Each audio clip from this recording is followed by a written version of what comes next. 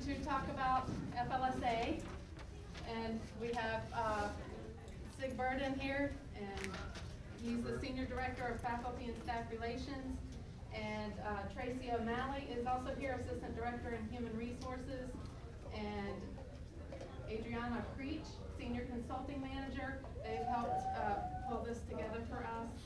We have Dr. Denise Spangler, Senior Associate Dean for the College of Education, Andy Garber, Assistant Dean and Senior Director of Finance and Administration for College of Education.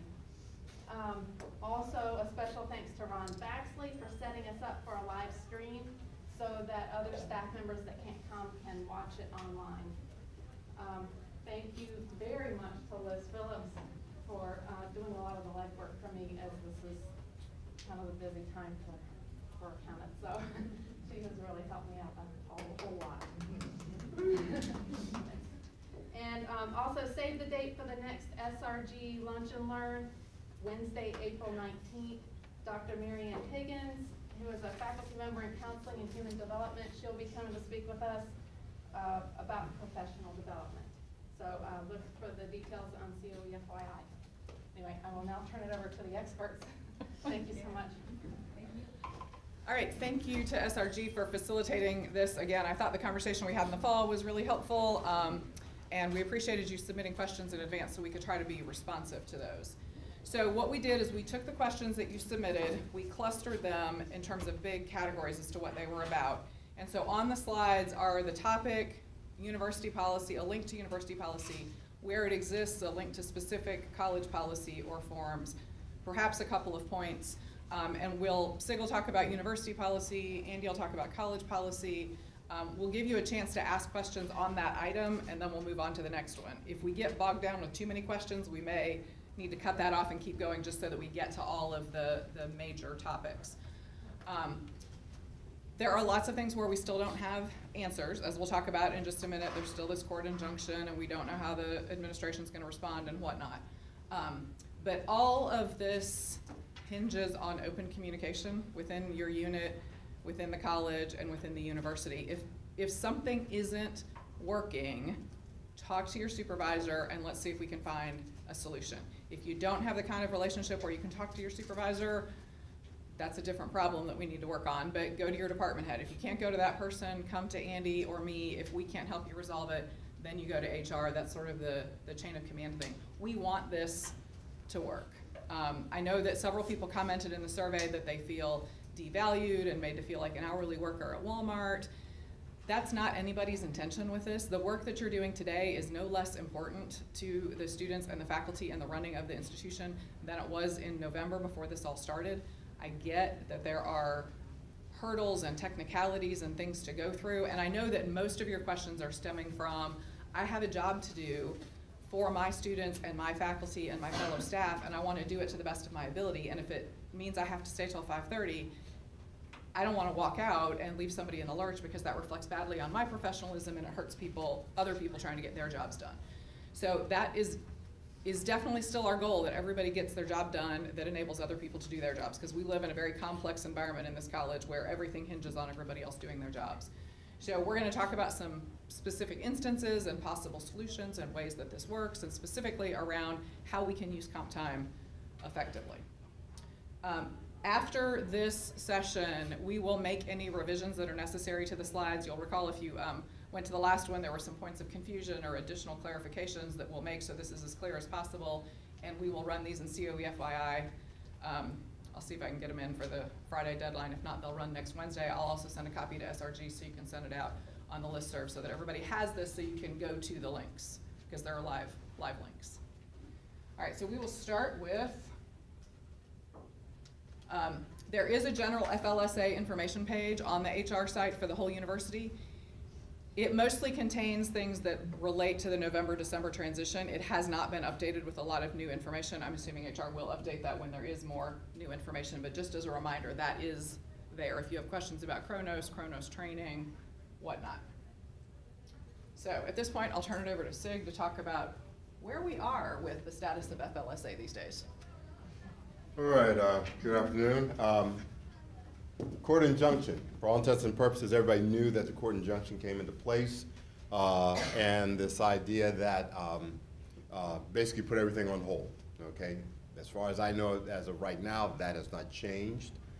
They're still in the process of reviewing that. I wish I could tell you that there was an updated time frame when that's going to change or they'll make a decision. Just don't know the answer to that. I don't have any updated information on that one. So right now the status quo is everything is on hold, okay?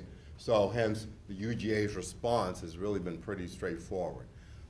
Really it's come down to, and I'm talking real broad terms here, but essentially there was a couple major things that were done in response to that injunction. One, because if you remember the timeline was we had already put into place some things based on what had to get done coming into, especially coming into December and the holiday and processing time. And when that injunction last second, so to speak, last minute, if you will, 12 hour, told everybody put on the brakes. For all intents and purposes, the ones I remember are there were some decisions that were made that positions were automatically made exempt by raising the salary threshold to the 47.6. As far as I know, the decision was made at the senior level not to reverse those positions. Let that, if that person, those positions were given that salary change, leave that salary change alone for the moment. The other thing that was in place was, I believe there was a analysis done that said if the sole reason you were changed from exempt to non-exempt was strictly a salary thing, strictly salary, then they looked at those positions. And some of those positions were then, again, made, returned to exempt status. And that's essentially the biggest, the nutshell of the analysis, the quick version. This was done primarily by our compensation area run by, primarily spearheaded by Russ Ramsey, and of course, VPHR, Juan Jarrett, also heavily involved in those decisions, and senior administration approved those decisions. So that's the quick version of that, what happened as far as UGA to date, and as I know right now, that has not changed. There was one other change, and I know it actually reads into the next one as far as this idea of other positions, specifically the academic advisors. I know that question got asked, I think, half a dozen times, and I understand. Academic advisors, the easiest way I can explain it is there's a provision for administrative academic, there's a category. And the academic advisors fell into that category where we took advantage of that definition. In essence, those positions across the campus, their core function is academic. Hence, their charge is starting from when a student is enrolled, their academic progress to graduation career. That is their primary function across the campus, as far as that was the consistency. So that was put into place. What we're taking advantage of at this point until the courts make a decision is when you're getting into the academic stuff and this idea of instruction and academic advisement, there's actually a mandate for what are you establishing as a salary, entry salary level for instruction, which actually includes faculty. So that's sort of been put off to the side. So that's getting into a little bit more of the technical pieces. So there's a lot of moving pieces underneath that you're not aware of that comes into play for the analysis. But right now, they were able to take advantage of that. The difference between that and the student affairs professionals is that across the board, again, you have to look at a classification across the campus. Across the campus, the easiest way, and I'm not sure if any of you viewers are familiar with the classification, you remember the old classification of program coordinator? Well, program coordinator in statistics versus a program coordinator in the College of Education versus somebody in social work, same title, totally different responsibilities. The same thing, student affairs professional is the student affairs version of a program coordinator. On one side of campus, all this person does is run intramural sports. On the other side of campus, they may actually be doing some advising. There's no way to do that as a classification and make it exempt, because not everybody in that classification was actually doing work that could have been classified as exempt work. It just couldn't be done. So as a classification, it had to be. Now the only exemption, the only one that I remember, if I got it right, is Student Affairs Professional 4, I think it is. they're the ones that, because they do a different kind of work, supervision, et cetera, actually do make certain types of decisions, are responsible for certain types of decision-making. They were retained as exempt, if I remember, as a classification across the campus. Okay?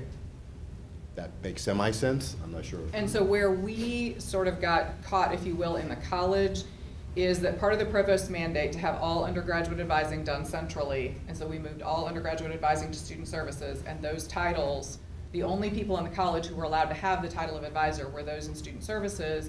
We moved people in departments who do very similar work at the graduate level to student affairs professionals. In some cases, we were already using that title because the thing that is most advantageous financially is to tack back and forth between the advisor and student affairs professional promotions as you go through the promotion reclassification process, because you get a smaller jump in terms of pay grade that still leaves you room for another jump. So that's how we in the College of Ed ended up with people who do essentially the same work on different sides of that line. So once things open up again for conversations, for reclassifications, for whatever, student affairs professionals are at the top of our list with senior accountants, because senior accountant and business manager one are at the same pay grade and doing similar work. One is exempt, one is not. But we're waiting for all that to open up again. And still, we'll be looking at the case by case, what the actual job Duties, functions. actual job duties. The Department of Labor has very clear standards for the job duties you have to meet to be exempt. But those are the top of our list when either further consideration or reclassification opens up again. Yes, I have a question. You're saying that once this open up again, you're only gonna be looking at student affairs professionals and senior accountants? Not only, we're saying those are the positions where we have the greatest number of people and where we're hearing the greatest concern at this point, but there are others in singleton positions across the college where there are concerns, and those are on our list. But those are the two groups that affect the greatest number of people in terms of priorities. Those are just examples. And also, they were specifically mentioned in the survey too, which might have led to them singling those two out specifically. Yeah, but there are other individual people in individual positions that we are looking at. And if there's, in the program coordinator designation, you know, it is kind of a catch-all. It's a catch-all. So it's where you just have to look at more refined, perhaps, classification process. And since the norm is the whole classification is either exempt or non-exempt, if, as Sig said, they're not gonna change all of student affairs professionals. Maybe senior accountants, but not all of student affairs professionals. So in that case, we'll need to look at reclassification, job duties, see if the provost will go back on this, only undergraduate advisors have the advisor title, because it's led to all sorts of wacky things from a supervision standpoint and all kinds of issues. So it is definitely on our radar, as well as some other individual positions. If you're concerned that your individual position is not on our radar, let your supervisor know and we'll make sure it's on the list. And maybe I jumped over a piece, maybe that'll help. Also, when we're doing our training classes now under Fair Labor Standards Act and some things for supervisors, I start with, remember what exemption is. Exemption is for the broad strokes, there are two major characteristics that have to happen. One are the duties tests, which means you have to be doing, working and performing responsibilities and duties at a high enough level to even be exempt one, okay? Just because I work independently doesn't make you exempt. If you're not responsible for certain decision-making and certain responsibilities, you're not supposed to be exempt. And this is what I'll throw out there too, because I know there's the future plans and all kind of good stuff, which is another question. Even once the court makes a decision, we are still going to have to do an analysis of who now still really should be exempt. Because the elephant in the room that nobody talked about for years is that we've had people that were in exempt status that should have never been exempt in the first place. Okay? So, and I'll get right to you in a second. And so the other half of that test is the salary. What we were able to get away with is because the salary threshold was so low. It was $23,000. Okay? And some of you have heard me in my training classes. Jared has called this affectionately the gap rule. Persons that had a title, and because they had them at the salary of $23,660, and they gave them this title, then they were exempt, when in fact, they really weren't decision makers. They just had the keys to the building. They didn't have decision-making of hiring and firing, who got raises, who didn't get raises. They really didn't have the duties, but you were basically exploiting the idea that I didn't have to pay you overtime.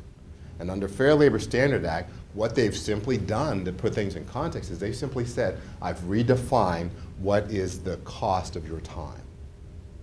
That's what I've really done in Fair Labor Standard. I've redefined what is the cost of your time. Before I had a blanket, okay, here's I'm gonna pay you and then I'm gonna just let you work, okay?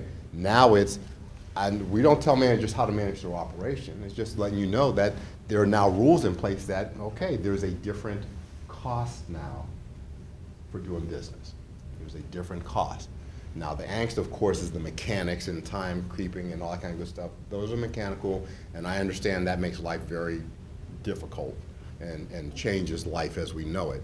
But in the end, Fair Labor Standard Act is simply telling us that, guess what? Your time now has a different value, okay? You had a question, I'm sorry. Basically, no student affairs professional has the power to hire or fire anyone. So at any time, that's never going to be an issue. Okay. However, the graduate coordinator that the student affairs professional works with, I guarantee does not ever make any sort of judgment call without going and counseling that student affairs professional first. Okay. Because that person knows graduate policy inside and out, university policy inside and out. The graduate coordinator didn't know. Okay. Well, I mean, all of those things are going to be taken into account as far as when we look at the duties. Like I said, when we're talking about what's going to happen once the courts decide, then a very strong analysis is going to have to get done. Because it is coupled. Because, for example, I can go with, you know what, I can actually have you doing exempt status duties, but if I'm not going to pay you $47,000, you can't be exempt status by law. There's two separate things. You got to understand that. I have people right now that are doing exempt work, but I can't pay, but I'm not paying them $47,000. But would advising the faculty member who actually does make that judgment call, is that considered, making decisions? I mean, what I advise her to do, she usually does. Okay. I mean, I would say 99.9% of the time she does. Mm-hmm. Is that considered making decisions? Maybe, maybe. Because I I have mean, 19 years experience, she has 6 months experience. I wish I could give you a pat, and I couldn't get, I mean, that's getting us a little bit closer into the weeds for this session, and I think that's probably going to take more time. Yeah, I so mean, it's very difficult to know. Sure. I understand that. Well, the other option is this instructional function for advisors. Sure. I mean, maybe that's the route we need to go. We Yeah. just don't know yet until we see. Yeah, until we see that, again, it's hard for me to get into that, that kind of stuff, and it probably would be not a good use of our time here. Sure. But it's gonna be, but that's gonna be part of the analysis of this combination of duties, and are we gonna pay that classification campus-wide this kind of money, okay? And you keep moving that camera back, so that means I'm telling me to stay over here. Just don't hit the mic. Don't keep going that way. And so those things are going to have to be looked at, okay? I'm not sure if the other one, I guess, is paycheck regularity, I guess is How that. about one? reclassification? When is reclassification Oh, going to open up again? reclassification Since it plans? is on March 1st.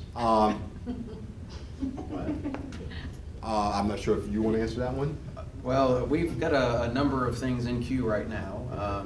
We've had in some circumstances to kind of put more patches on our patchwork plan to get through at least this fiscal year. So I guess the key here is that there's paperwork in process and file right now. If you haven't seen something occur that you're expecting, it's basically in a long line right now because the whole university is queuing up.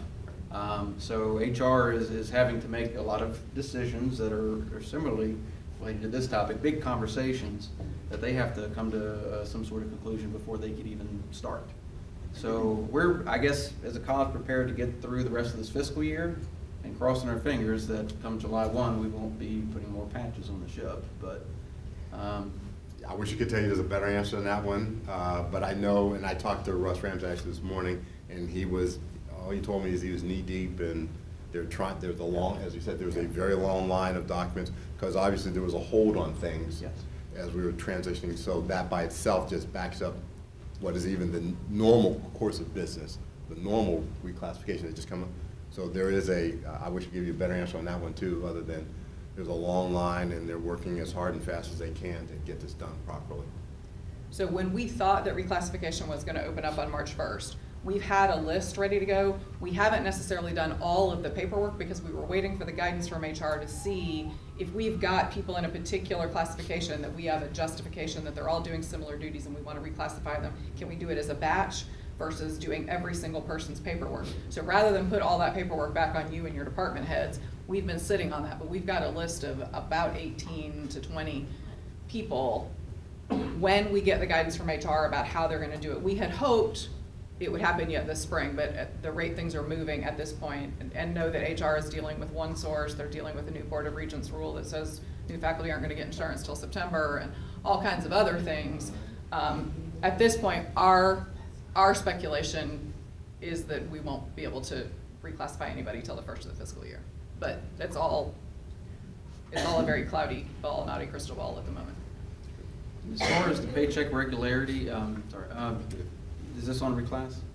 No, it's not on reclass, but it's one of the topics up there. Okay. Is there any, understanding that it's probably speculation, is there any realistic time frame on when the court might rule? Anybody that has dealt with court rulings and seen them over time, the answer to that one is I couldn't begin to speculate. I wouldn't bet the mortgage on it. And I'm being a little facetious there, but there's so many things, and then of course it's a political, and if you want to go, some politicalness behind it. So I'm not sure that, to be honest with you, I'm not even sure where it is in the queue as far as priority right now, to be honest with you, with everything else that's going on, so. Yeah, I think there was a misunderstanding that when the injunction was put in place, after the inauguration, the Trump administration was given 30 days to respond to that injunction. And I think that people thought that then that meant on day 31, after the Trump administration responded, something would happen. And all it means is that their window to respond is up. We don't know what they have responded. The likely probability is that they want FLSA to go away and stay the way it was, but we have no idea. And when the courts, you know, it's just like the stuff you stick at the top of your pile and somebody didn't include a receipt, so it goes back to the bottom of the pile. That everything defaulted to just when it came out. Yeah. I couldn't find any current information. We have no idea Probably where the it same. is. You've got or about when. as much information as anybody's gonna have, okay? Yeah, Google is your friend. Okay. As far as the paycheck regularity, really think we're gonna be stuck with Kronos, we're gonna be stuck with the current pay system until we move to OneSource, PeopleSoft, the human capital management system. We will be closing use of Kronos, moving to PeopleSoft for our time management, which I would have to imagine is just as good, just as robust, and at least will be integrated with the current financial system. So on the financial side, I have to think that this is going to be a little bit easier process. But that's going to give the opportunity, at least for payroll, to rethink how the pay is actually distributed. Can't speak for them, but I know in previous meetings they had said that once PeopleSoft is fully functional and implemented, they would consider having that even split of you know, the 1st and the 15th kind of payment structure. We'll have to, you know, those questions will be coming up at all these OneSource meetings. We will be asking them. So, but that's when we can see the potential first change in the regularity of the time of paychecks. And that's January 1, 2018, right? 19. 19, okay. Yeah. Right now, the policy is, USG's policy is the bi-weekly, every 2 weeks. People are referring to, I believe it's the state statute that allows for the 1st and the 15th, or the equal payments, but I think the statute actually continues on to say, but when you make those payments, those have to be, if I pay you on the 15th, then I have to make sure that what I'm paying on the 15th is in fact all 15 days. I'm paying you everything you're supposed to get, which also gives us into, depending on processing, timing of- I'm guessing those last few days, nature of the beast. Whereas, so again, there's a lot of complications, but hopefully the new initiatives, the new systems may make it a little easier, a little more functionally easier, maybe, that where those things can be considered at the system level. But that's about all we've really got at this particular point in time, as far as I know. Sure, I mean, they're not going to pay anything out until it's been recorded and verified. Right. So it might even be looking at, you know, even a half week's delay if they want to push it that way and say we're gonna do every 15 days. And, so We'll adjust when the time comes. Lunch breaks. I can speak more from UGA. The policies that are the minimum of 30 minutes of duty-free unpaid lunch, for all intents and purposes, anybody that works, the norm is the hour, but the policy I believe this is referencing is you're supposed to get at least that 30 minutes if you work at least a 6-hour shift. I think is the way the policy reads. The norm is the hour. For most of us that work is that standard 8 to 5, you're actually putting in a 9-hour day. It's that hour lunch. It's that hour that's supposed to be unpaid. And of course, if you've done the training classes, know when we say that when you are non-exempt, then that time is supposed to be relieved. And that's why that 30-minute threshold is quoted, because you should be relieved of all duty. You should not be suffered to work for at least a 30-minute period. Otherwise, you're still on the clock. That's sort of the key there on that one. The 2 50-minute breaks, technically, you are still on the clock for the 50-minute break. 50-minute breaks are options. Those are not an entitlement. Even if I say, you know, normally we get 15-minute break. If I come to you on your break and say, guess what, I need you to work, you got to work. You're still on the clock. Okay? That's sort of straightforward. And this cannot skip lunch to leave early. The way the policy reads, it says, even though those options are there, you know, there's obviously supervisor flexibility for the one-off here and there, but I believe it says something to the effect of, it should not be a constant, is the idea. It should not be the pattern, that every time I basically set up my schedule that I'm working, I'm saving my lunch to get out early or that kind of stuff. That was not supposed to be the intent of that, the idea of lunch or saving up your breaks. And I believe those are the UGA policies. Now, as far as College of Education, That's how we've been operating. It's, you know, if you happen to have that doctor's appointment that's scheduled at noon and, you know, happens on occasion, then at least from our level, we express that there's some flexibility that's allowed. Every department has the right to make their own, you know, decisions. Again, you can make your policy a little bit more stricter as you go down. You can't open it up any wider. Chris? I just wanted to make sure I'm understanding when you say the minimum of a 30 minutes, but you talk about the 8 to 5 being a 9 hour. So if I'm working 8 to 5, I should have a full 60 minutes. That's correct. Off duty. right. Well, there's two options. Either I give you 60 minutes or I'm paying you more than 8.5 hours, Okay. more than 8 hours. That's what I wanted to Yeah. know. Yeah. Think Fair Labor Standard Act is real simple. It's, you work, I pay you. You don't work, I don't pay you.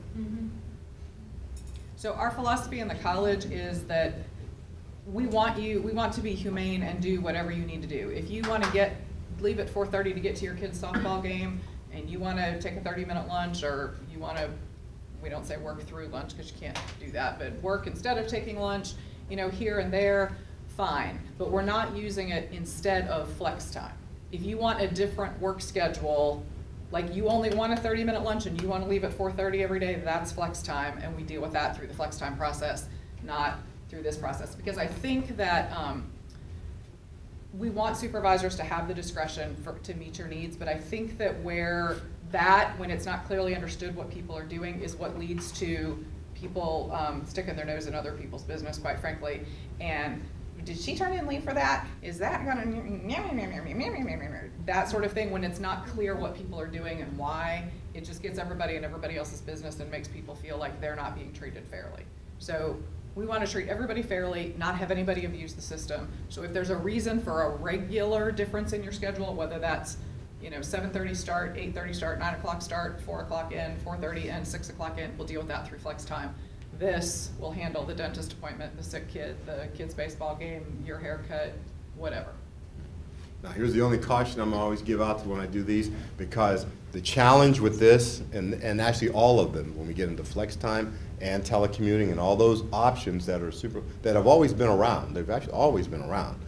The challenge is, you know, obviously, especially when you're talking about work and work-life balance, you know, technically, the wording you always saw was there should be a business reason.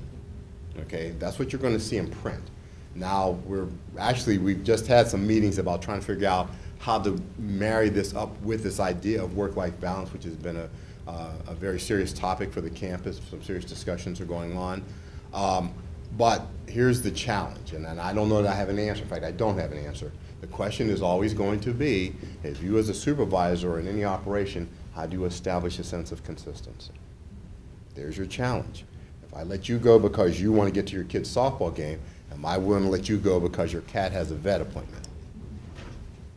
If it's a I'm dog, assuming yes. you're, well, If it's not- actually, I probably should have went dog. I'm not a cat person, so I can identify. But how can I determine for you that animal is a member of the family, been for 20 years, just as important to you as, and I'm not trying to compare them, but how do you compare? So again, I'm not sure there's a great answer, but supervisors have got to be very much aware of how do you establish consistency in your working environment, because you still got to get things done, you still got scheduling, and certain positions and responsibilities just don't lend themselves to some of these functions. If you're the receptionist and you got to open the doors and you got to be there at 8, well, flexing your schedule may not work. It may just not be practical. So again, these are the things that the supervisors should keep in mind as they start working their way through these options. Andy and I both have dogs and no children, so the vet thing is good. And I will say, we've got a number of flex arrangements right now, really, in getting to work before. How much work can you get done after 5 as compared, it's that kind of thing that it benefits business if you can be here after all the faculty go home.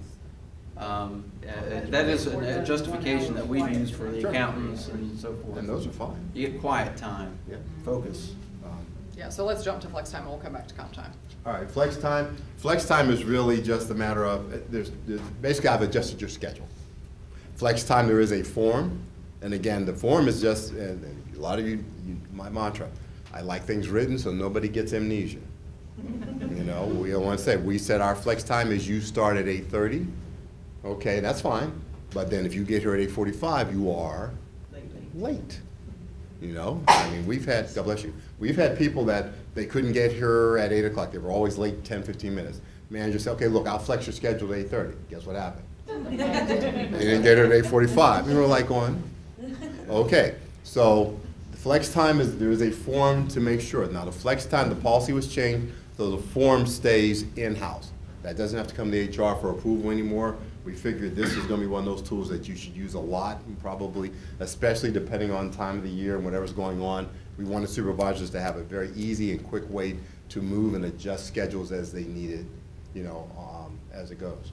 Should people use the form every time or just for the regular basis? Regular basis. Regular I would have said regular. The one-offs, that's not, by the time you do the paperwork, it's done. Right. Yeah. The one-off is kind of like the lunch break. I need to leave an hour early today. I'll come in. I'll come in at 7:30 the next 2 days. It's a little bit like that. So You would an want to email to document your that on your time supervisor. card. Yeah. Right. And that would be the end of it. And like an email to your supervisor or something and Yeah. have Right. that with You guys Yeah. coordinated that. So, to use myself as an example, I have a regular schedule, but my schedule varies so much because of my duties week to week that I'm constantly in flex time. Yeah. Do I need to, I thought that was documented in the pay, in the, In Chronos. Chronos. Yeah. I would have said for you, maybe, and again, everybody has to look at their situations. Their Chronos form, that form is designed that if there is it's really sort of designed if there's some sort of set schedule. Yes, on Monday, Wednesdays, or Fridays, you're coming in at 7:30. Or on Tuesdays only, you're coming in at 9, whatever. That form is really designed if you're sort of setting it. I think probably in your situation, it might be more practical as long as it fits the College of Education processes, that you're probably in one of those situations that, yeah, it probably is more practical for you to just keep your timesheet properly. And it really becomes an issue of, managing your time then with your supervisor about how do I still fit within 40 hours on a Thursday to Wednesday, work week.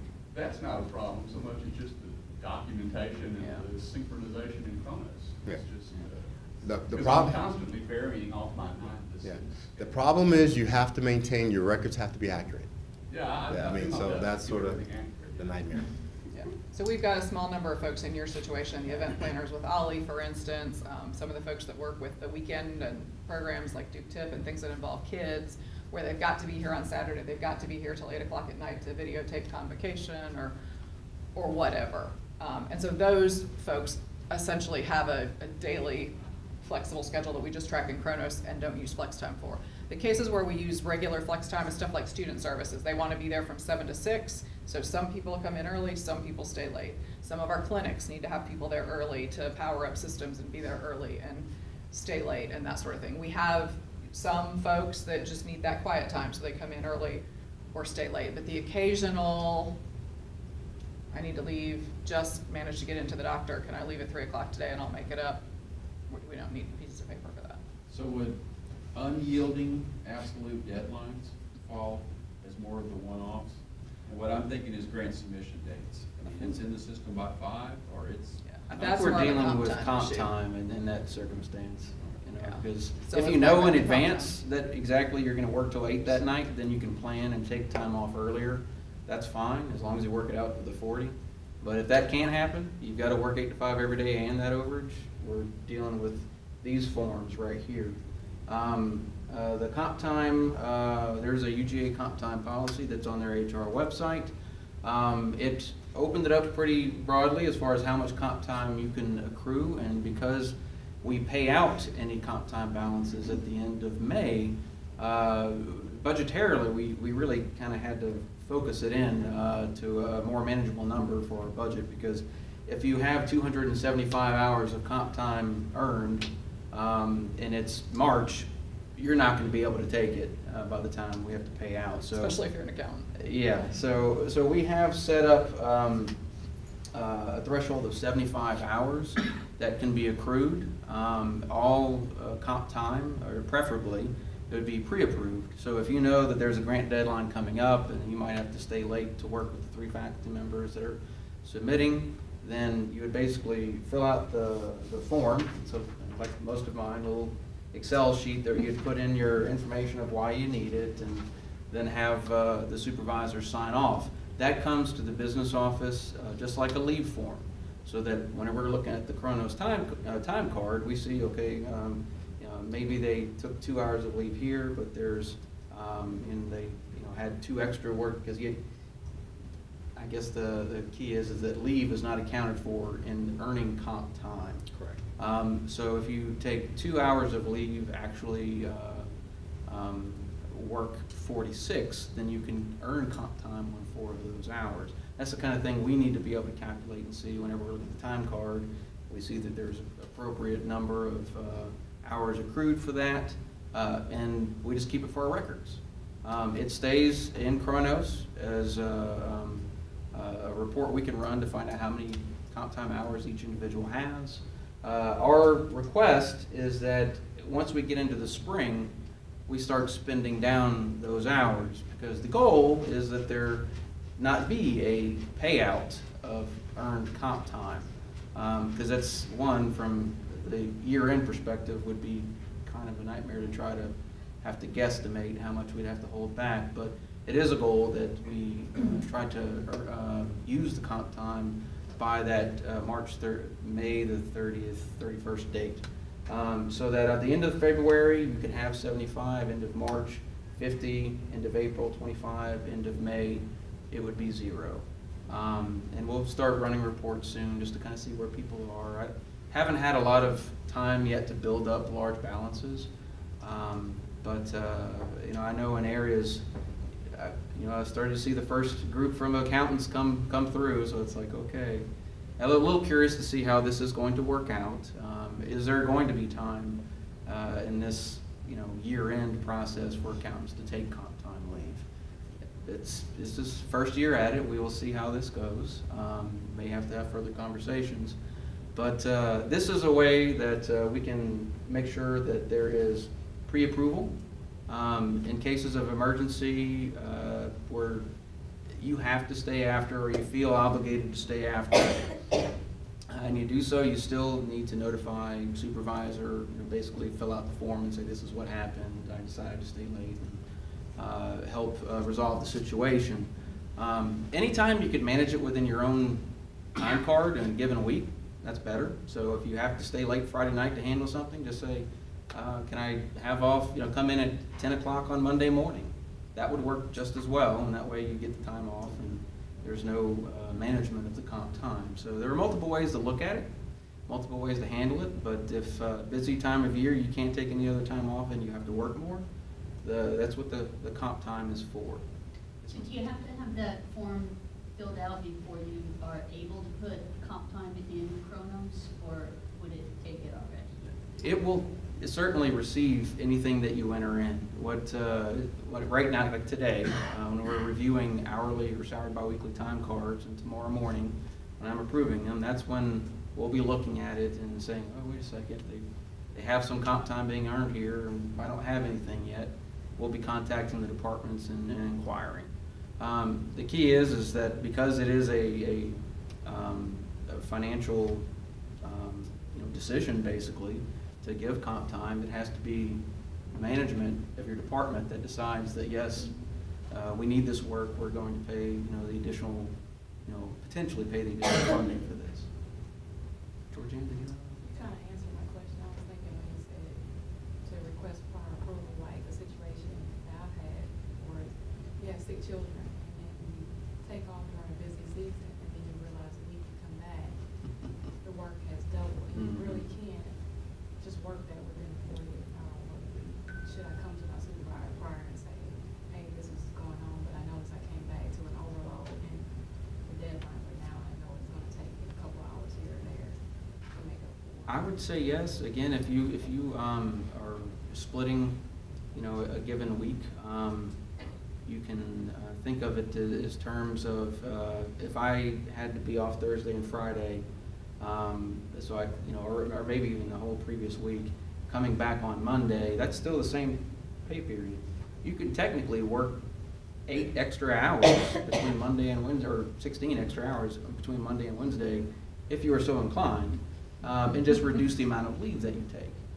If you then get into the next week, and you're still behind on that, that is an area where I'd say yes, you can say in order to, everybody's in catch-up mode most of the time, I would think. But I mean, if there's truly, especially with a deadline, or there's a payroll deadline, we're asking for personnels and that kind of thing, you need to be there to handle that.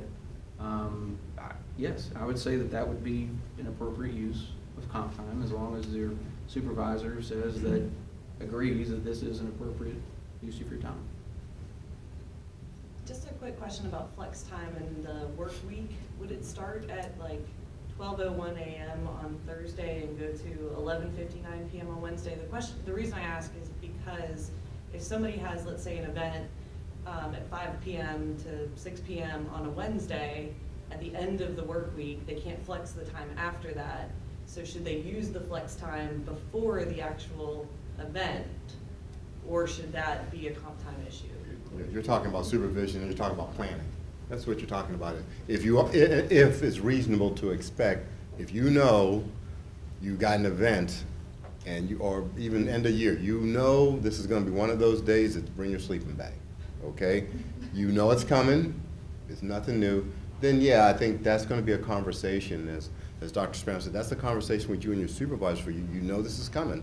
So can we plan on the front end, because you are restricted to that pay week. So if it's possible, sometimes hey, guess what? Somebody showed up and you're stuck. But if you can plan, then yeah, that is part of the secret, if you will, with these options. If you know it's coming, plan ahead. Okay, Monday, don't come in, because you know you're going to be here all night Wednesday. So from 5 p.m. to 11:59 p.m. on Wednesday, does that still count as that previous work week, or does that, after 5 p.m., does it roll in, is it considered Thursday after that? It's through midnight. Technically, it's to Monday midnight. Because you got to remember, we have folks that are on shifts. Right. Yeah, custodians, police officers, all kinds of people that work 24 hours. Yeah. Nikki? I just have a question, because we have seasons where we are just absolutely slammed busy, where we could literally work 24 hours a day and it still wouldn't be enough. Yeah. And then it comes to like a grinding halt, where we are almost bored to tears. And could actually be careful what you say out loud. Yeah. This is being filmed. Could actually take off and go, So it's hard to balance sometimes. So between the 24 hours a day working nonstop, and then suddenly I can take some time off and go and leave and actually, use some vacation that I had lost. That's what comp time's for. Yeah, that is perfect comp time situation. Yeah, and you get it at time and a half, instead of hour for hour, where you flex it during the week, you get it at time and a half. And we want you to take it. Nice, but And the problem really comes with the accountants, Yeah, with they the don't- financial year yeah. end, because they don't necessarily have the time to we spend. literally only have 2 seasons where Yeah. it's slow. It's a tiny sliver in March and a tiny sliver in September, and that's it. So, Well, in January, yeah. That was a question. Yeah, I just wondered about if we did a preemptive, working on how that would work. So if you needed to work 5 hours overtime in the upcoming week, then you take 7.5 hours of time off in the week before. No, you're still, if I'm hearing you correctly, you're still thinking in terms of the pay week. It's 40 hours in the pay week from Thursday through Wednesday. That's your window. So whatever you're going to do should occur within that window. And if you fix it in that window, it's 1 for 1. If you fix it in that window, you're good, it's 1 for 1. If you get outside that That window, window- after that window. But if we can that's when only you get time and a approve half. Want to do it 1-for-1 It's not, that is one of those supervisory decisions That's of why it needs to be saying, pre-approved. yeah. If that, look, this doesn't make sense to do comp time here, because I know that Friday we're gonna be slow, just take off then and we'll work, more on Tuesday. That's what most supervisors should be managing, and just leaving comp time to those situations where truly flexing your internal schedule for the week's not gonna work. Can you use it before you actually earn it? Like, can you use the comp time, if you know it's gonna happen, or the flex time is gonna happen at the end of that week, can you use the time off before it? Like, if I'm gonna be here till 5:30, is it okay to come in at 7:30, 7:30 that morning? I guess that's just regular flex time. That's So just flex technically, I time, would yeah. be using It's it before flex I time. actually earned it, but with comp time, you can't. Like, if you know that for accountants, they can already have it on July 31st or whatever, That would be I'm gonna be lovely. I'm here. gonna take off in January because I know Yeah, I'm can I just take off, working. because I know you can't do it That's leave. after. You don't take it beforehand, that's leave. But the problem is, I mean, like, our application season is in December, where I literally could sleep in my office if I were even allowed to sleep. I can only accrue 75 hours of comp time. I can do 75 hours like that. And I could not take a break till March. It's almost So- 2 whole weeks. Well, let me You can throw get this over out here. 75 hours till the end of March. And let me throw this out here because I know we want to get through a couple more slides and know we're coming up on time. We're going to hit telecommuting, and then I'm going to hit a slide there at the very end that I think is going to address, because a lot of your questions address the idea of work.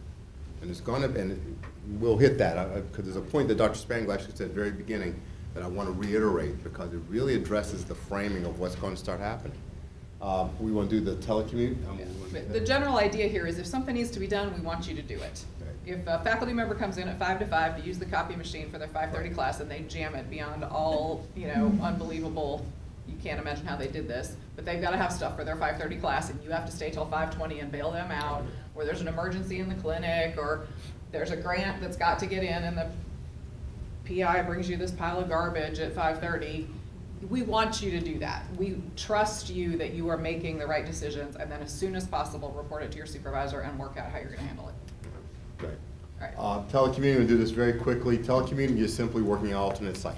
Usually folks associate this with working from home, and that's fine. This is something that is arranged. This now is, there is a form, this actually now has to come to HR for a proof or sign off, okay? This is fine, I like telecommuting, but there is an agreement, there's other things that go, nuances that go with this idea of telecommuting. So this is another tool. The question came up, can non-exempts telecommute? Technically, anybody can telecommute, technically. The challenge, of course, with non-exempt is timekeeping, of course. When you were exempt and you were telecommuting, it was no muss, no fuss. I knew what your work was, I knew your assignment, et cetera, et cetera. I knew that you were working 8 hours or whatever, however hours we agreed upon. Non-exempts, again, we're back into that strict timekeeping. So we get into that kind of thing with that. So as a general rule, I don't know of a lot of people that are non-exempt that get telecommuting. I just don't know it. But that doesn't mean that it can't happen, especially if you're able to remote in access, go into your time cards from a remote access and yada, yada, yada. So that's Depends on something your that duties. is, If you're a receptionist, you can't telecommute. yeah. If you're a financial person, as long as you've got a place that you can keep stuff secure and confidential, You can do 90%, 95% of your work from your couch, I know. Yeah, yeah. So, And there may be the occasional situation where you're home with a sick kid and you really can get 4 or 5 hours worth of work done in between taking them to the doctor or cleaning up vomit or whatever it is you're doing. That's a one-off. You can talk to your supervisor and say, you know, yes, I'm gonna take 3 hours of leave for today, I'm gonna work at home. You know, Yeah, we want that's to management. accommodate those kinds of things. That doesn't require the forum and approval. Right, But if that's it's the a one-offs. regular thing, like every Thursday, you're gonna work at home from 8 to 12 or all day as part of that quiet time thing. But you have to do that in a way that doesn't create a burden for everybody else. So once upon a time when I was a department head, I had an accountant who had a hysterectomy or something and was out for 6 weeks. And she wanted to come back gradually using telecommuting, which was fine, except that it was in a day and age where we were still having to turn in a lot of paper copies of stuff. So she was having to email stuff to the receptionist, who then had to print it and come get my signature and take it downstairs, and it created a lot of work for somebody else.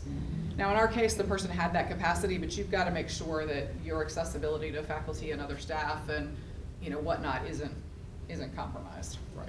Can't compromise with your essential responsibilities. And a big part of this that it kind of discourages some people, but it is an extension of your workplace once you get the telecommuting agreement. So we're talking about other scenarios like workers' compensation, Right. if you have an accident at your home. So there's a sort of review process of the actual facilities that you're going to be using. So just keep that in mind, that you actually have to have somewhat of a structured environment that's conducive to work. Okay. And does the telecommuting form have to be submitted every time, like regular, or the one-offs, is that kind of like the flex time? The one-offs reflect, that's in-house. Yeah. We're talking about something that It's a people set regular up every regular. Thursday. Yeah. Monday, Yeah. Wednesday, Friday, I'm telecommuting, or I have somebody telecommuting from China, I think, right now. So, you know, they have access, their IT, they have access, and they do all their programming from there. Okay? All right, any questions on telecommuting? And I mean, all of this stuff, you know, flex time and all of this, you know, on a quarterly basis or so, review it. If it's not working, if there's a change to the agreement, get it in writing. If you've got a switch of supervisor, review it, go back over it, make sure everybody's clear and understands what's going on. Keep everything up to date. You know what I'm saying? I put this up here because this, I think, addressed a lot of the different challenges that I think are mindsets. I told you up front, your time now is defined differently as far as cost. A lot of the situations or concerns that I thought I was hearing, to me, fall under your supervisor. We've done 3 training classes already, and some of you were in these. I put this up here specifically. The supervisor is responsible for prioritizing the workload, managing the reasonable expectations, managing time, and managing their workforce.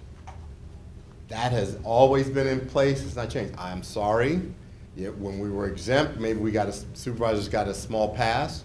Now it's just going to be, the supervisor got to pay attention more. If I need you to work 10 hours, well, that's fine. If that's the nature of the beast, just understand there's a cost to it. If I don't want you to work 10 hours, then the cost is I got to maybe change my deliverables. I don't know. Each working environment has got to make that determination on their own. But we also said, I'm not sure if that's in that piece in there, is that the, yeah, the next one. I'll tell them, no, the one before that? The last one? No. The one? Oh, That yeah, thing? this one. That thing? And I'm sort of jumping ahead. This is where, again, Dr. Spanner is absolutely right. There has got to be open dialogue between everybody in the workforce because this is a change. You know, there is no question that everybody, the vast majority of the people that I deal with on a regular basis, the concerns that I hear are based on this idea of there's a very serious commitment to getting done what you need to get done. There's a very serious commitment to the students and the faculty and the mission. Very serious. It's just now we have to make sure that we're all on one page on what it's going to cost us to do this if we want to operate the same way we were operating. Or do we need to change some things? Do we need to make some adjustments? As simple as that. Now, that said, there's things like that, I'm going to add into that, this idea of, I saw a question about what happens if I need to check, I'm checking in. Well, if you're non-exempt, anytime I suffer you to work or on benefit, you are on the clock. So if you answer that email on Saturday, technically you are on the clock, okay? The way we've had people get around that, and that's why we were getting a lot of the departmental policies and tweaks and how they want to handle things is, We tell folks, there's non-negotiable. If they're on the clock, they're on the clock. You gotta pay them, which is another one of the questions. That what if I work overtime and they don't wanna pay me? That's non-negotiable.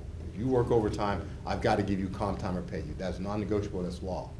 Now, if you do it and violate the procedures and you didn't get approval, and if I tell you to stop doing it and you keep doing it, then you're gonna subject yourself to discipline. It's simple as that. Non-personal is what's gonna happen, because your organization's already made a determination. There's certain things we just can't do. And if that's the case, if you keep violating it, it's just like anything else. You're not listening to the instructions, you're not following instructions. That's where they're gonna go, that's where they're gonna contact us and say, what do we do? Okay? So if you're going to, again, this idea of communication between you and your supervisors or you and your team is going to be absolutely critical as you're trying to navigate, especially this first cycle. This first cycle under the new rules of the nightmare that you're having, because I'm assuming the work didn't go anywhere. I'm making that assumption. So now we've got to get a little bit more strategic on how we handle what we got to handle and what are we going to do, and educate everybody, hey, this is what we do. Maybe only the people that get to answer emails on the weekend are people that are exempt, or maybe it's a designated person. We just got to figure out how we want to work that makes sense for our operation. Okay? I ran through that very quickly because I wanted to try to leave time for questions, and I don't know if you had any other questions or comments on that. I mean, it really is when I read the bottom quote or statement, I even responded, it's like, this is a very, very important thing to take from this, is that, your own supervisors need to be working with this policy. And as Dr. Spangler said, if you can't get the agreement and the understanding there, go up, go up, go up. I mean, it's something that we should all be doing. College is big. It's hard to make sure that everybody in every remote corner is doing this. But it can't really be addressed unless you also bring it up. Now, I'm going to throw one other thing out here, and I'm going to be balanced, especially from a supervisory role. One, from a supervisory role. The other two, the things that we're also seeing now already is, just because I don't want to pay you overtime because you're my non-exempt person, doesn't mean I dump on the person that's left that is exempt. Okay, there's one, and the other one. You might not want to be exempt, yeah, depending on who you do. And the other one is, for those of us that were used to being exempt, and we know we had that flexibility, now that you're non-exempt, maybe you need to think about readjusting your time management. Because I know even I've been guilty of, you know what, I'm just sluggish today, but I know I can work into the evening, okay? Now you don't have that flexibility anymore. Now you're just gonna have to be a lot more conscious of, you only have this time and you guys gotta get it done, okay? Those are the things we're already beginning to see. And if you can identify the source of problems, are there inefficiencies? Is your department letting faculty members bring a brown paper stack of receipts at the end of a conference and dump it on your desk? Talk to your supervisor, talk to your department head and say, it takes me 2 hours to do so-and-so's travel. This is not acceptable, we need another solution. And let your supervisor or the department head or somebody deal with that. Do we need to redistribute duties? Do we have people with the wrong skill set doing something? Do we need to change access to something? I know those of you who are graduate coordinators assistants, it's a problem because you're the only person in your office who has access to knowledge and nobody in the dean's office has access to that. Unlike financial systems, there's somebody in the dean's office who could back up and run a check request. I talked to the department heads about this yesterday. Do we need to get people across departments, graduate coordinators who know how the system works? You have access to at least 2 departments. Do we need to get somebody in Krista's office with access to knowledge who can play that backup role that the budget office often plays? Do we need to do more cross-training? Do we need to, starting in April, hire a temporary accountant in the dean's office who will process all travel so that financial people can be dealing with summer school worksheets and year end and whatnot? Who knows?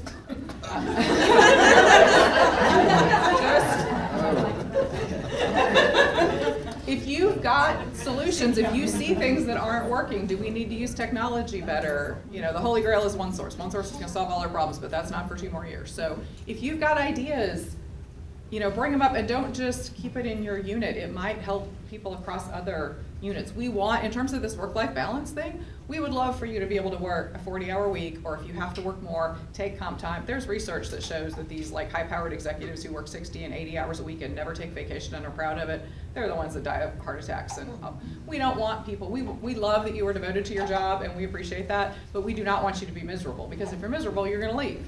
And one of the comments somebody made is, why don't we retain the good people in the College of Ed? That's a whole other story. But one of the ways we want to retain you is by having a reasonable workload that can be confined to a reasonable period of time. When there are exceptions, you can take that time that you need to get refreshed.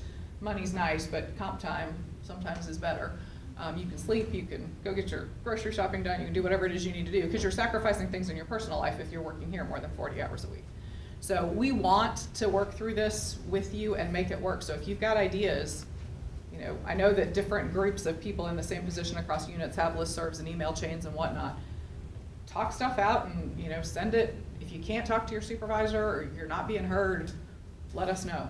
We will not rat you out to your supervisor, but if there are things we can help institute at the college level, we are happy to think through those things. Anything else? We're right up out on of that but- time. Now, I did mention to Dr. Spangler that my team and I will hang here for just a little bit if there are other questions, because again, I want to be respectful, obviously be respectful of your lunch and time. But I have a if you meeting any with the other dean, so I questions. gotta go, but I'm not ducking out on purpose. Thank And if you all have so much. personal questions you'd rather ask one-on-one, you can do that. Thank you.